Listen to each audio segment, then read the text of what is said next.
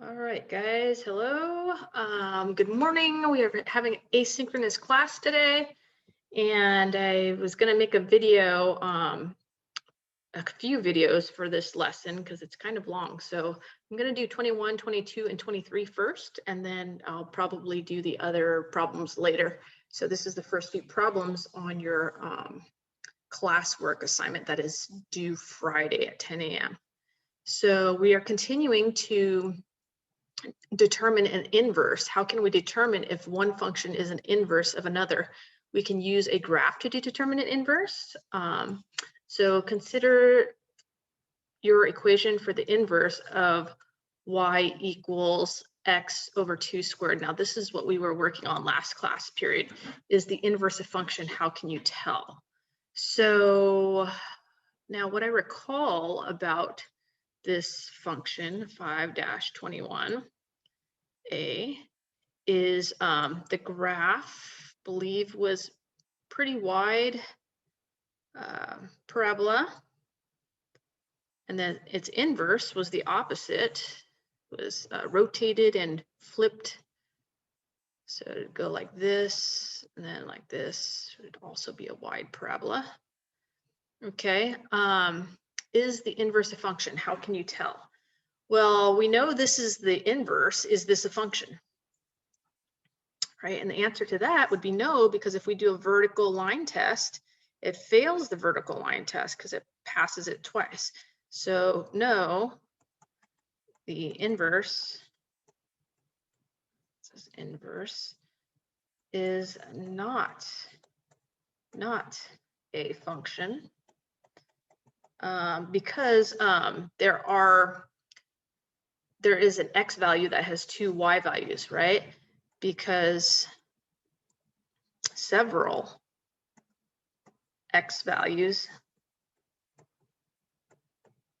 have two y values. And in order to be a function, each input can only have one output. If you recall from earlier in the year, each input can only have one output. This input has two outputs. If I did another line over here, this input would have two outputs as well. So this would fail many times. This would fail the vertical line test many times. Okay, B, use color or trace over the portion of your graph of y equals x over 2 squared for which x is greater than or equal to 0. Then use another color to trace the corresponding part of the inverse graph. Write an equation for the traced portion of the inverse graph. Okay, so for x is greater than or equal to 0, this is part B, we would trace, right, x is greater than or equal to 0 is this part. This is the part from 0 on, right? So that part I just traced is x when we restrict, we're going to restrict the domain, right? This domain to be only greater than or equal to 0. What that does is this inverse is now going to be a function. So if I trace the inverse of this, the inverse of that function would be this part of the graph right here, where your y is greater than or equal to 0. Remember, the opposites, they have opposite domain and ranges. So we no longer have like this part, right? And we no longer have this part. We just have this part and that part. And now this is a function. The inverse is a function as long as we restrict the domain. So we want to restrict the domain of the first function, right? The original function,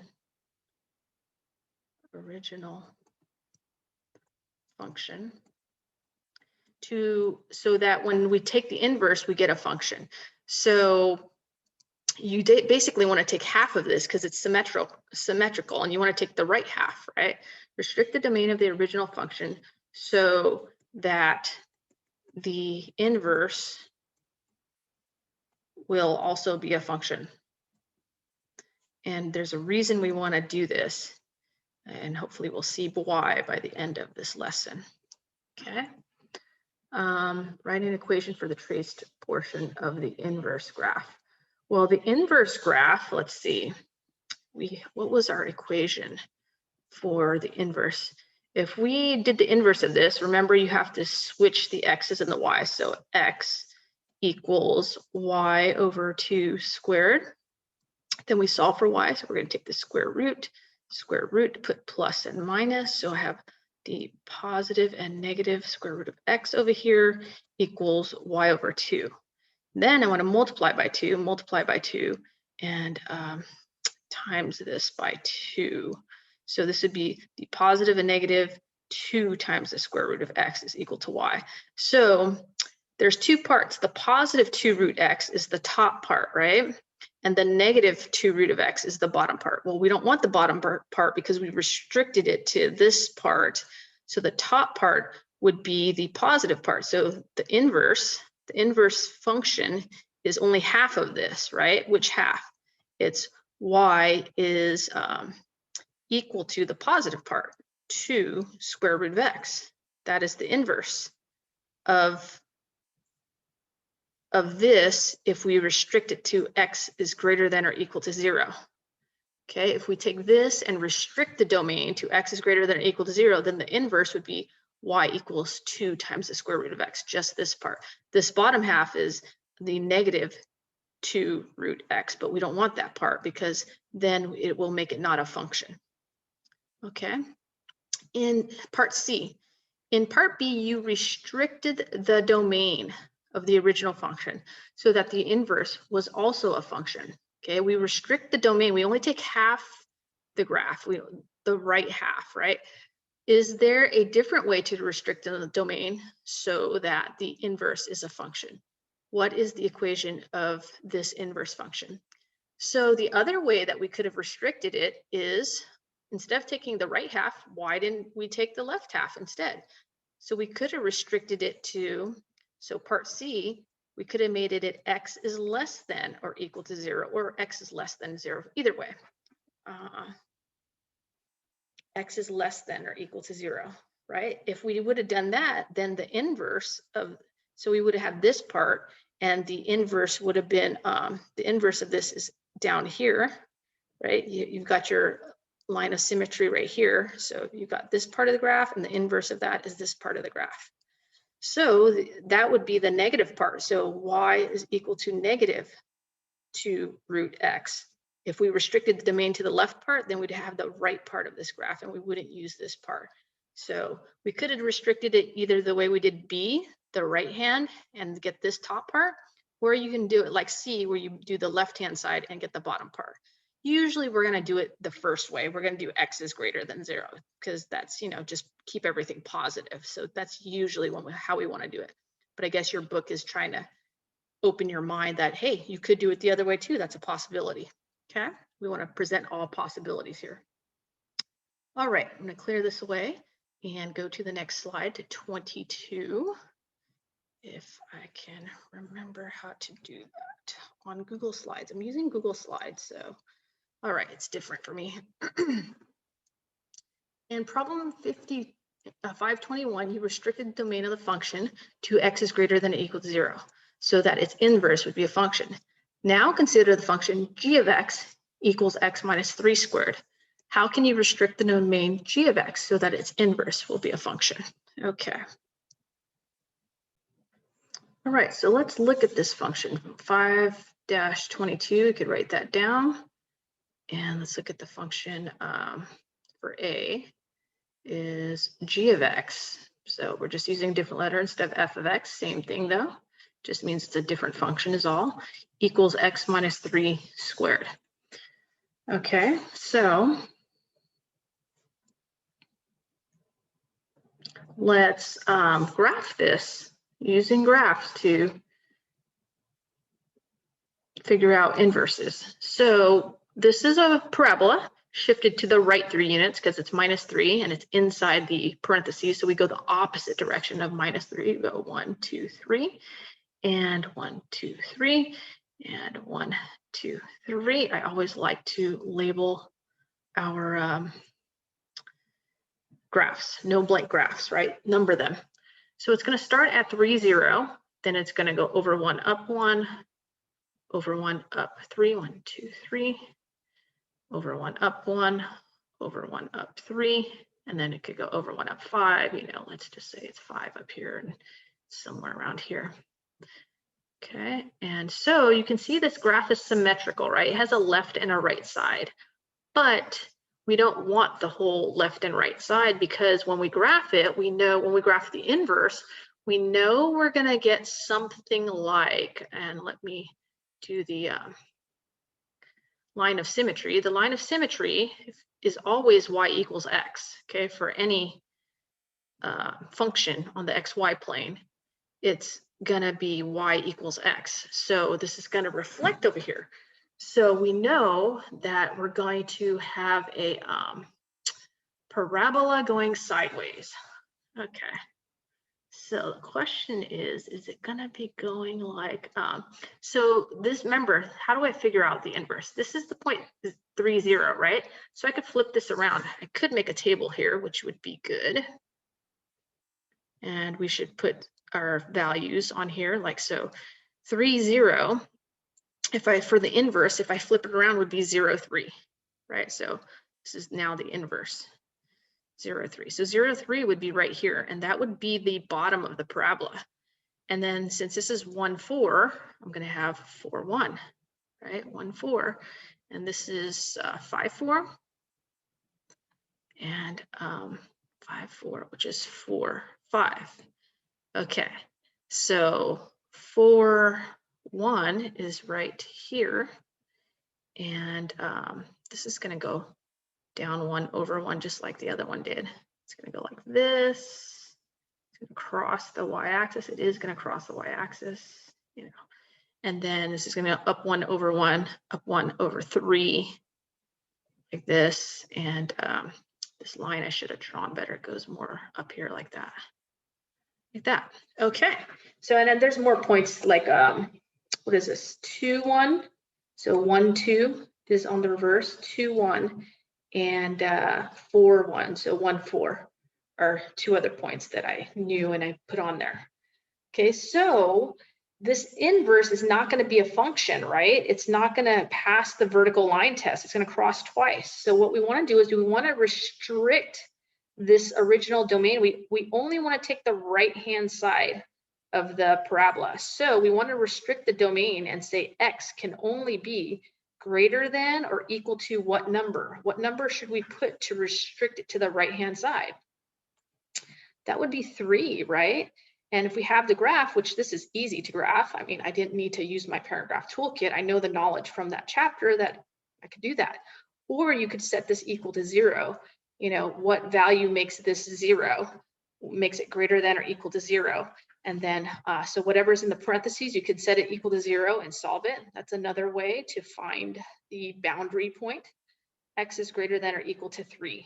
So that is how we want to restrict the domain, so that we only get the right-hand side of the graph. Okay, we need to restrict the domain to X is greater than or equal to 3.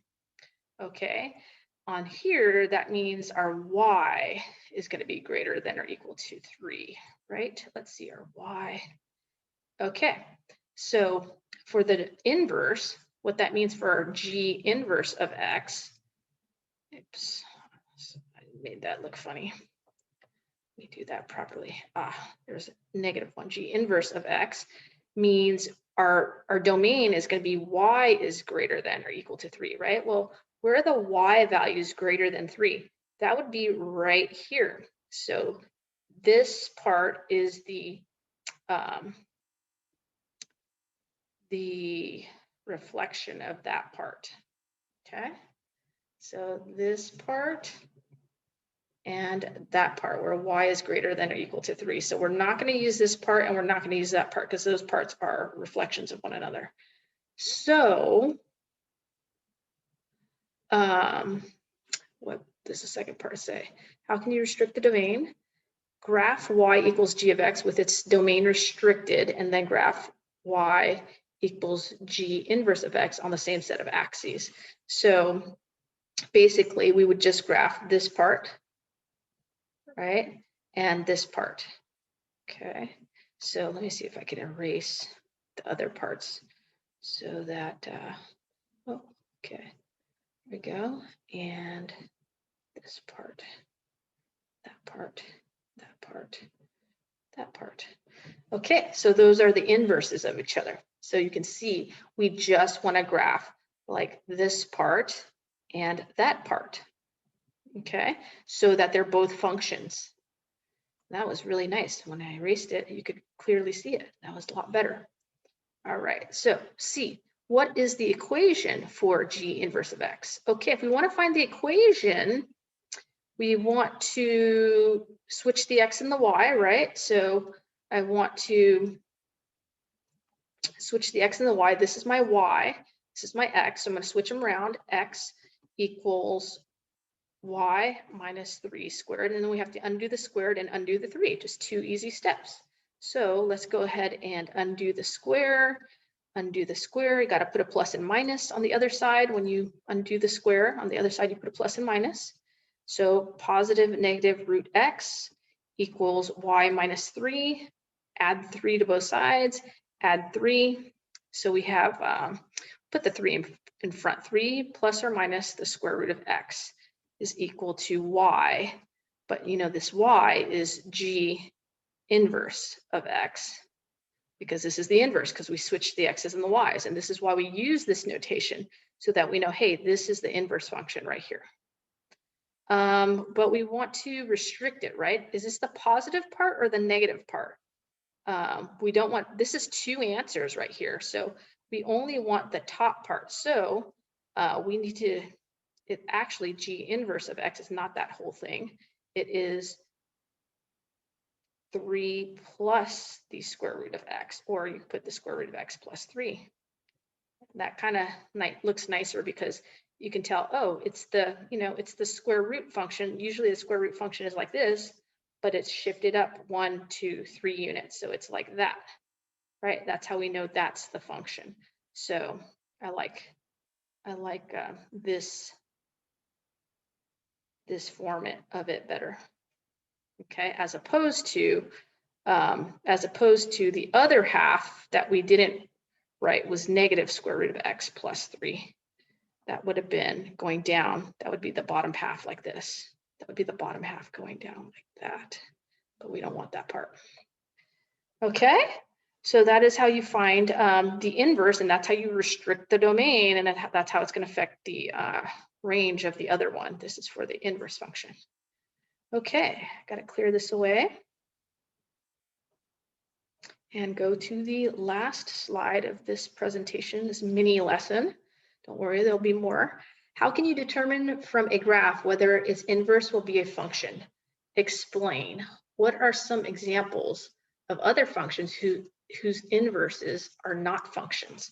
So one way that we could tell if something's going to be a function, right? Like, so if I take that, you know, if we take this parabola that we do, up 1 over 1, up 1 over 3, you know, take a parabola.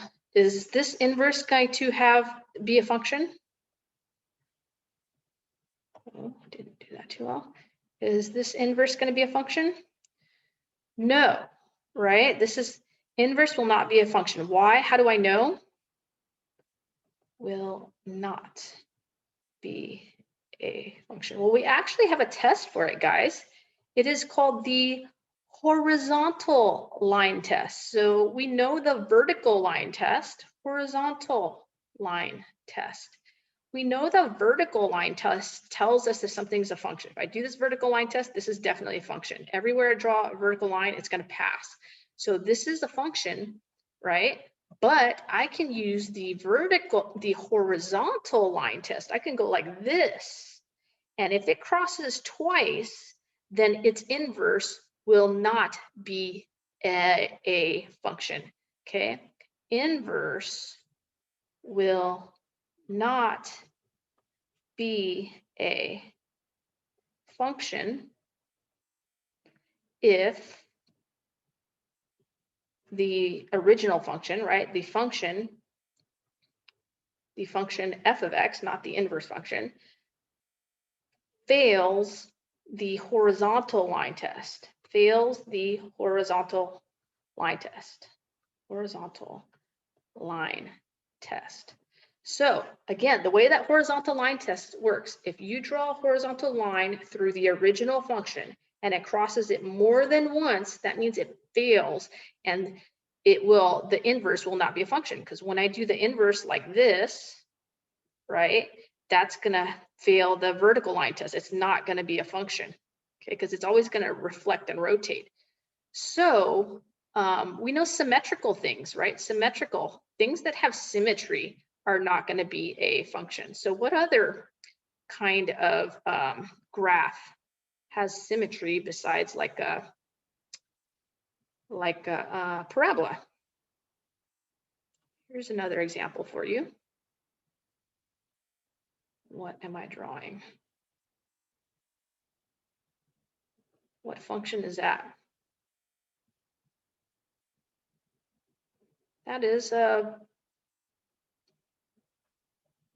absolute value of x. You know, it's been shifted over. There's some x minus h plus k, but it doesn't matter. Every absolute value is going to have symmetry. So this is not, its inverse is not going to be, you know, its inverse is going to be something like this. It's going to go sideways, right? So it's not that, but it's something like that. So it's going to go sideways, and it's definitely going to fail the vertical line test. So that's why if it has symmetry, it's not going to be it's not going to have a one-to-one relationship. Okay, so what other graphs? Oh, what about like, I need to change my drawing tool here. What about, sorry, what about like a cubic? If I go like this, will that pass the horizontal line test? Yeah, that will pass. Even right here, it passes the horizontal line test, so that's okay. But if your cubic goes like this, sometimes the cubic goes like this. A lot of times the cubics go back down and back up. Is that going to pass the horizontal line test? So you should be drawing all these pictures on your paper. So if I do a horizontal line right here, that's going to pass 3 times. 1, 2, 3 times. So that definitely fails the horizontal line test. So if it's just x cubed, then that's okay. But once you do like x minus 3 cubed, then you're going to get these bumps in it because you start adding terms. If you were to multiply this out, x minus 3 times x minus 3 times x minus 3, you're going to get a lot of terms. You're going to get like x cubed, I don't know, minus, I don't know,